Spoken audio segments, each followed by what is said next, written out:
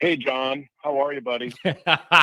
Mike, I love the energy here, man. You've been here most of the morning. People are getting worked up. It's growing. I love it. Dude, we've been talking about it for a couple weeks, whether it's the recruiting wins, it's coming off the back of the championship appearance. Like, I think the fan engagement is so real, it's so palpable. And what a show today. Like, what a show.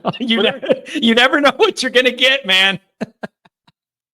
No, it's great. It's great. So there's a couple things. I'll let you get back to the callers. There's a couple things I just wanted to touch on, really just building off of Tom Frawley, and the whole Miami thing, Notre Dame being irrelevant, yada, yada, yada.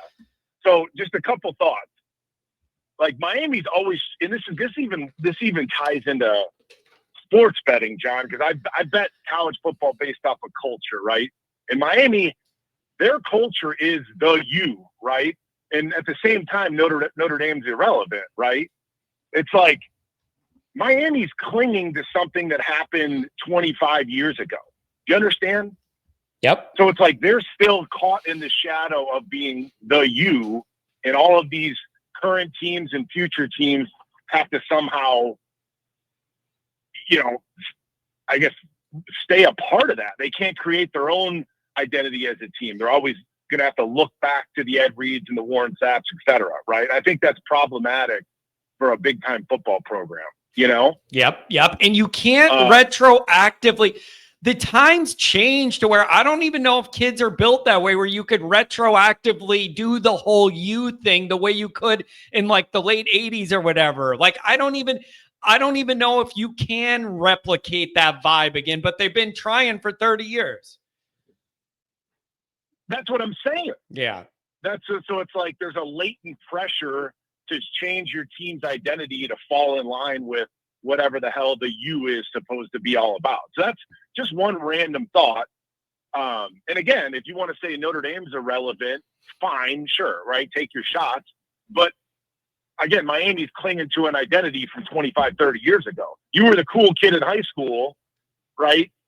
It's like life comes at you fast.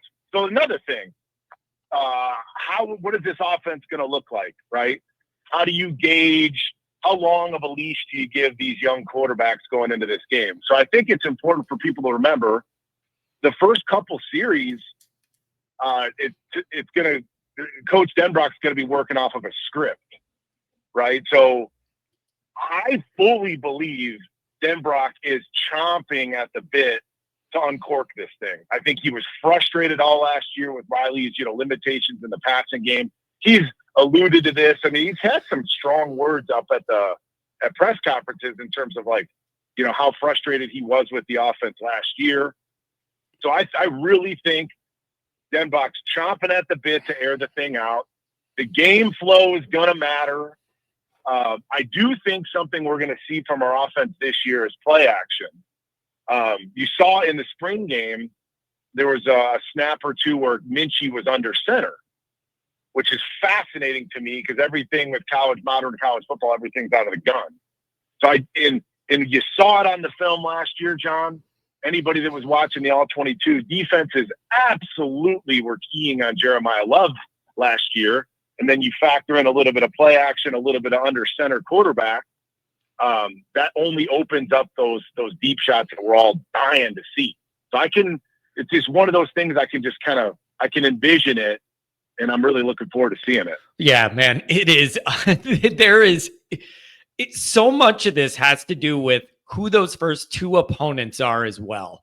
Like, that is such a big part of this narrative, like how the quarterback's going to develop or whatever, but it's all in the framework of playing Miami, not Miami, Ohio early in the year. Like, you're going to find some real facts here about the realities of where all this is at. And those you're going to get. Mike, I just don't know what to expect of the young quarterback against Miami. I don't want to oversell it and I don't want to underdo it.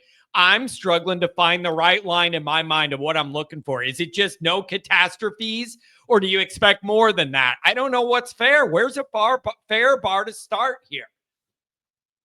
This is what I'm trying to say, brother. So it's like, you're going to be working when you're breaking these kids in, that you're going to be working off of a script. So it's like Carr knows, or Kenny's going to know, I'm supposed to go here with the ball, right? It's going to be like almost predetermined based off of that script. And to me, it comes down to like, how comfortable is the quarterback in terms of pressure? You can't talk about, especially with the Jagasaw news, I don't think it's fair to talk about quarterback play, quarterback expectations without factoring in the comfort level that they may or may not have based off of this offensive line. You factor in that crazy environment, and then, yet another sort of mash unit offensive line.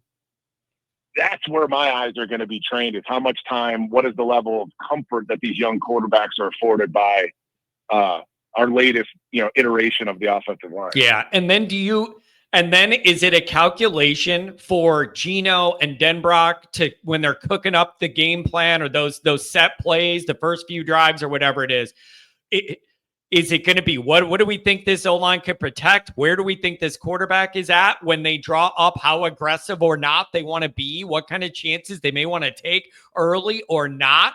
I'm super interested to see what Denbrock has in mind for that.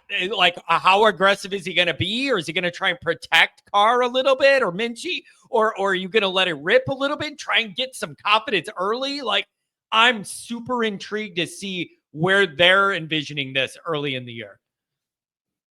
Knowing Denbrock personally, man, John, I can almost assure you he's going to tell those quarterbacks to frickin' rip it. Yeah, that's in his DNA. That's his style. It's in his DNA, and he's been the highest paid offensive coordinator. He was kind of, a little bit handcuffed last year with Riley Leonard, still learning the offense, missing spring, not being a great thrower, natural thrower of the football. Again, chomping at the bit.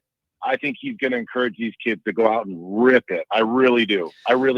And then the other thing is, too, like young quarterbacks, like if you're talking about making silly interceptions, those tend to be like, think about Tyler Buckner. They were like flat routes where the cornerback jumped it, stuff like that. If we're talking about pushing the ball downfield, unless he's thrown into double, triple coverage, it's one of those 50-50 type equations. So I don't think airing the ball out necessarily lends itself to turnovers and or interceptions. Does that make sense? Mm-hmm. You're going to see more interceptions like in the short game than versus, hey, KK Smith, you're running a 9 route, just go, Yeah, it is. Man, this is going to be the build up for this is going to be great, Mike. There's so many questions. I can't wait to just get some evidence to see where we're starting from. You know what I mean? Just give me, I'm just looking for that first kind of data set to understand kind of where I think we're working from here with this offense. And it's just, man, there's a lot of interesting things going on here in this program. It is, and the whole world is going to be watching you. You are the standalone game on a Sunday against Miami to start all this. Everyone's going to be watching. This is big time. This is Notre Dame football. This is what it's all about. The biggest stage available. And I'll leave you with this. And that's really why I was kind of motivated to call in. John, you've been doing this 7, 8, 9 years. I've been doing this 5, 6, 7 years, like really in the weeds with the coverage, with the content. Hands down, this offseason, like where we at this moment in time in Notre Dame world, this is the most energy and juice I've ever felt. Yeah. And it's going to be a fun wave to ride the next, month and a half. Yeah, it's going to be really great. Mike, thanks for being a part of the show this morning. Patreon.com/alwaysirish. We got 3 out of the 4 here, Mike. Me and you, Jack's in the chat. We got to get old Coach Jared in the mix, and we'll be 4 for 4, man.